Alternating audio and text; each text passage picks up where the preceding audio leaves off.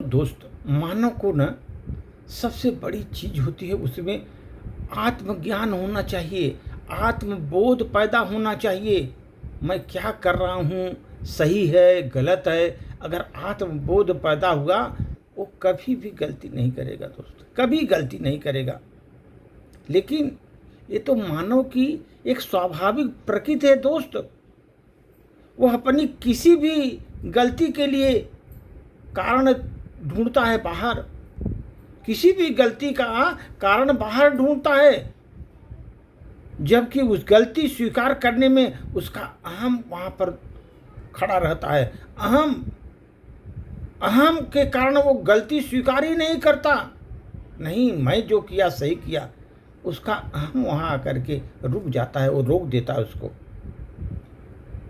और गलती जो है आप में, उसका कारण बाहर ढूंढता है बंदा, लेकिन अंदर में, जबकि उसके अंदर में है अहम के कारण, मैं कैसे गलती कर सकता हूँ, मैं तो इतना बड़ा आदमी हूँ, गलती मुझसे हो जाएगी। वो अहम टकरा जाता है और उससे उसका अहम जो है ना, स्वीकार करने के लिए उसका मन जो है ना वहाँ पर घबराता है, नहीं स्वीकार करता अहम के कारण।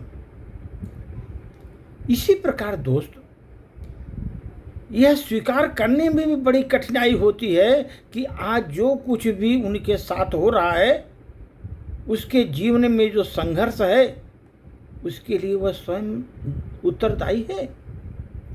जो जीवन में संघर्ष क्यों है, उसका स्वयं उत्तरदायी है बंदा। आप देखते होंगे जीवन में संघर्षमय जीवन है लोगों का। संघर्ष क्यों? उनका वो खुद के उत्तरदायी हैं। उन्होंने अपने अंदर कभी झांका नहीं। दोस्त, ये समझो, कर्म फल का सिद्धांत यही है। कर्म फल का सिद्धांत यही है। प्रवचन के रूप में सुन लेगा, किंतु मन स्वीकार नहीं करेगा। प्रवचन तो बड़े ध्यान से सुन लेगा, लेकिन उसका मन स्वीकार नहीं करेगा। और किसी जन्म में किसी पाप में लिप्त था, वो लिप्त हो जाता है किसी पाप में, किसी जन्म में।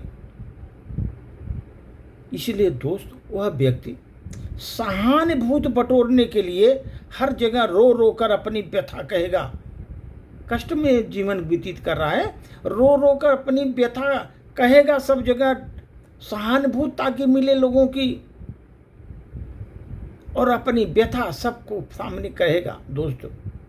और भगवान को भी दोषी बनाएगा, भगवान को भी वो दोषी बनाएगा कि भगवान कितना पक्षपाती है, देखो मेरे साथ इतना अन्याय कर रहा है।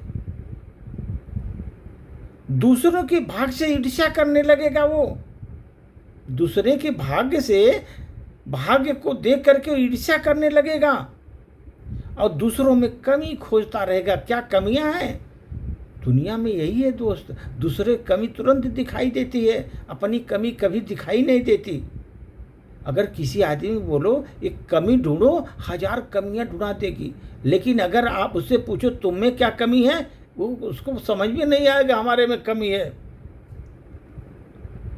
दोस्त, यही है, दूसरे के भाग्य से ईर्ष्या करता है, दूसरों की कमी खोजता है, परंतु अपने अंदर कभी झांक कर भी नहीं देखता कि हमारे अंदर कितनी कमी है, कितनी कमियां हैं हमारे अंदर। कारण बस एक ही है, अहम, जो पत्थर की लकीर की तरह मन में जमा हो गया। मैं जो करता हूँ सही करता हूँ, मेरा मन है, मैं सही करता हूँ, मैं सही हूँ, वही पत्थर की लकीर हो जाती है, उसके लिए मन में जमा हो जाती पत्थर की लकीर। मैं तो त्रुटि रहित हूँ, कोई हमारे में कमी नहीं है, गलती तो मुझसे हो ही नहीं सकती, मैं तो इतना पवित्र आदमी हूँ, ऐसा सोचता है। वो पत्थर की लकीर की तरह मन में जमा हो जाता है उसको अहम। और जिस क्षण हम स्वीकार कर लेते हैं कि जैसे भोजन हम करते हैं वैसा स्वास्थ्य हमें प्राप्त होता है, उसी प्रकार जैसा कर्म करेंगे दोस्त, वैसे फल ही हमें प्राप्त मिलता है। जैसा कर्म करेंगे वैसा फल भी मिलता है। तो उसी समय जीवन सरल हो जाता है, अपेक्षाएं क्षीण हो जाती हैं, दोषारोपण करना दूसरों पर बंद हो जाता है दोस्त। साक्षी भाव रखते हुए अपने अंदर जीव को प्रति दया का भाव जागता है, वहां पर तब स्पष्ट दिखता है कि जीव तो एक कारागार में बंद है। सारे कष्ट पीड़ाओं के चाबुक और सताने वाले लोग विपरीत परिस्थितियों को तो दंड के रूप में मिल रहा है उनको। आत्मबोध आत्म अनुभूति की जागृति होती है दोस्त।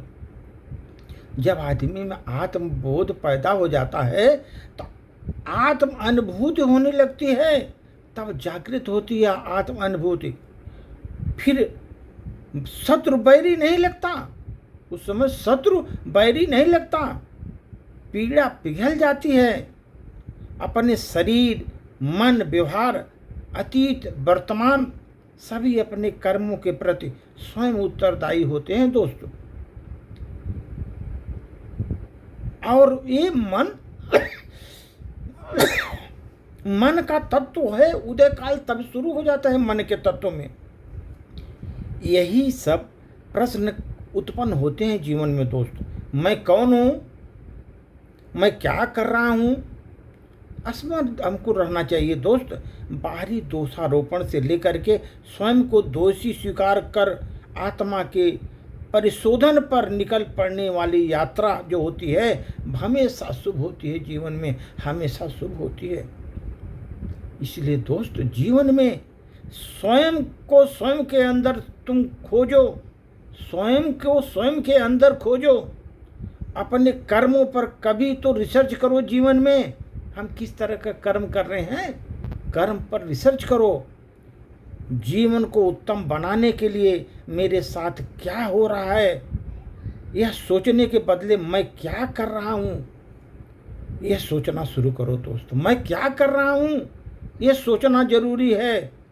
अगर बदल सकते हो, स्वयं को बदल सकते हो तो बदल सकते हो। दुनिया को नहीं बदल सकते, आप स्वयं को बदल सकते हो, दुनिया को नहीं बदल सकते। इसलिए दोस्त स्वयं के झांक कर देखो और स्वयं को बदलो, जीवन बदल जाएगा।